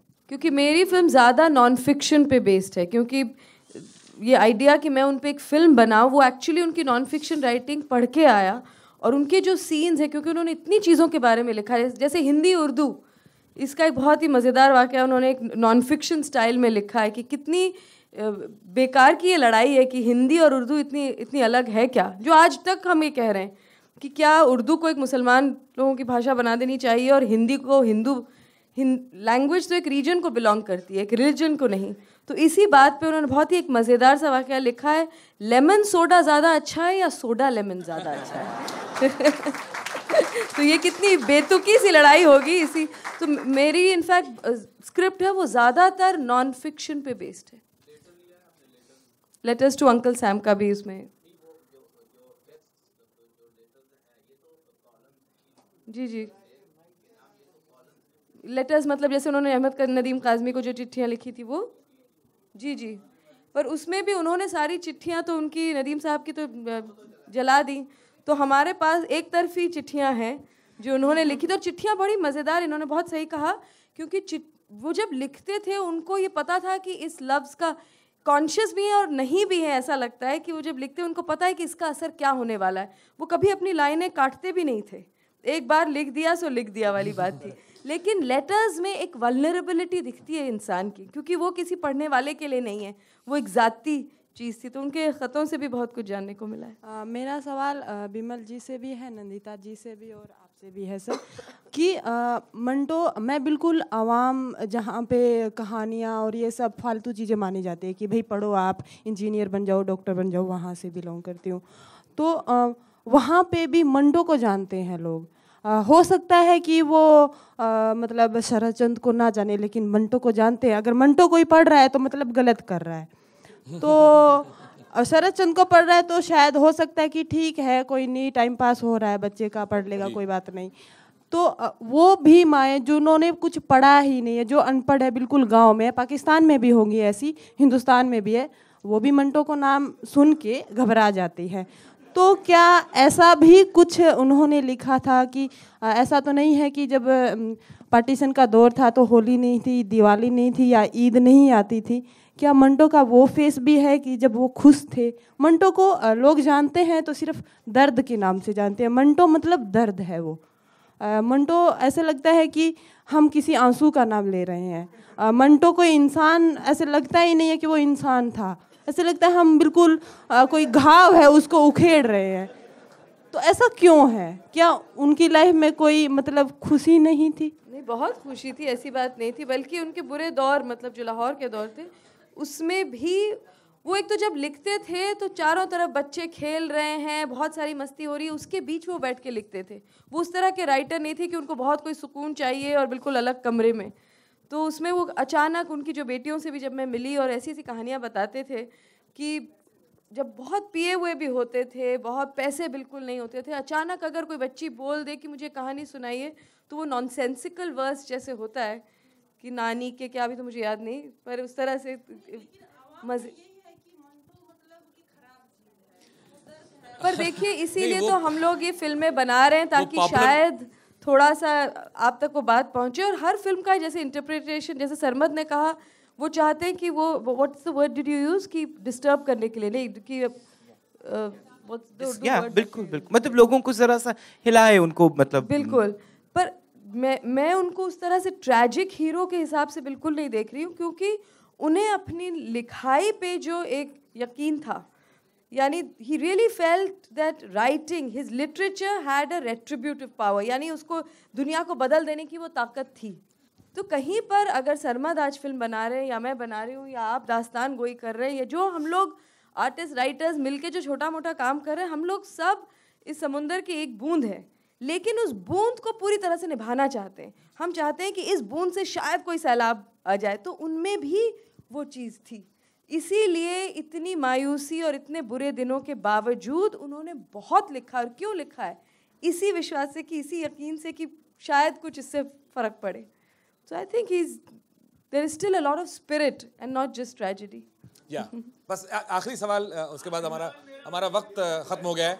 अफसोस साहब बहुत देर से खड़े जी। अच्छा आप आपके पास आते हैं, बस ये जल्दी से 2 सवाल ले लेते हैं, ठीक है? बस मेरा दरअसल कोई सवाल नहीं है, मैं सिर्फ एक वाकया आप लोगों के साथ शेयर करना चाहता हूँ।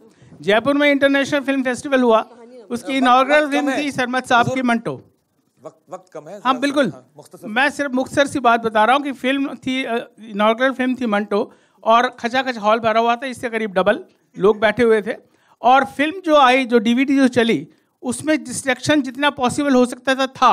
यानी कि फिल्म में कलर नहीं थे, फिल्म में आवाज़ ठीक नहीं थी, लेकिन मजाल है कि किसी ने चूं भी की हो, और 2 घंटे के बाद जब फिल्म खत्म हुई, सारी ऑडियंस ने उठ करके तालियां बजाई। ये जीत सरमद साहब की है, ये जीत मंटो साहब की है। जी बस आखिरी सवाल जी। अभी पता नहीं, ढूंढ रहे हैं हम। अच्छा देखिए, हमको जैसे कि मैं जर्नलिस्ट हूँ, 2 साल पहले मंटो जन्म शताब्दी पर उनकी तीनों बेटियां हिंदुस्तान आई थी, तो मैंने उनको एक बड़ा इंटरव्यू किया था। तीनों बेटियां पाकिस्तान गवर्नमेंट से इस कारण बहुत खफा थी कि मंटो को जितना हिंदुस्तान में सराहा, पाकिस्तान सरकार ने आज तक उनके काम को सराहना तो बहुत दूर की बात है, उसे स्वीकार तक नहीं किया। अब कर लिया है। अब वो आप खुद ही देखिए जी, जो बेटियां कह रही हैं मेरी बेटियों ने जो कहा मैं उसके ऊपर क्या मजीद बात करूंगा। लेकिन वही बात जी कि अब सेंसर वेंसर और सब में आप देखिए फिल्म बगैर किसी कट के सेंसर ने पास किया, चली, पूरे मुल्क में चली, मेन स्ट्रीम में चली, इंडिपेंडेंट फिल्म के तौर पे कुछ साइडलाइन नहीं की गई। सरकार की जहाँ तक बात है जी, वही कह रहा हूँ जी, अब तो स्टैम्प, उनके बारे में एक स्टैम्प आया है मंटो साहब का, वो भी आया है जी, स्टैम्प आया और अवार्ड जो सबसे बड़ा सिविल अवार्ड है वो भी दिया गया। मगर वही मंटो मेरे नज़दीक इन सब चीज़ों से बहुत मुबर्रा, बहुत बड़े हैं, उनको इन चीज़ों से कोई फ़र्क नहीं पड़ता। उन्होंने लिखा भी है इसके बारे में, वक्त खत्म हो गया उन्होंने बल्कि ये प्रेडिक्ट किया था कि जब मैं मर जाऊंगा और कई सालों बाद मुझे ये सब मुझे मिलेगा और मुझे उसकी कोई जरूरत नहीं। वक्त खत्म हो गया है। अगर आप लोग एक नज्म सुनना चाहें तो नज्म सुना सकता हूं मैं सिर्फ, क्योंकि दूसरा सेशन शुरू होने वाला है। चलिए चलते चलते एक नज्म सुनते जाइए। ये नज्म जो है कुमार पाशी की लिखी हुई है, हतक एक कहानी है मंटो साहब की, उसकी कैरेक्टर के ऊपर ये नज्म लिखा गया है। सौगंधी। एक मौसम मेरे दिल के अंदर, एक मौसम मेरे बाहर, एक रास्ता मेरे पीछे भागे, एक रास्ता मेरे आगे, बीच में चुप चुप खड़ी हूं जैसे बूझी हुई बुझारत, किसको दोष दूं जाने मुझको किसने किया अकारत, आईना देखूं बाल सवारूं लब पर हंसी सजाऊं, गला सड़ा वही गोश्त के जिस पर सादे रंग चढ़ाऊं, जाने कितनी बर्फ पिघल गई बह गया कितना पानी, किस नदिया में ढूंढूं बचपन किस दरिया में जवानी, रात आए मेरी हड्डियां जागे, दिन जागे मैं सोऊं, अपने उजाड़ बदन से लगकर कभी हंसूं कभी रोऊं, एक भयानक सपना आग में लिपटी जलती जाऊं, चोली में उड़से सिक्कों के संग पिघलती जाऊं, एक मौसम मेरे दिल के अंदर,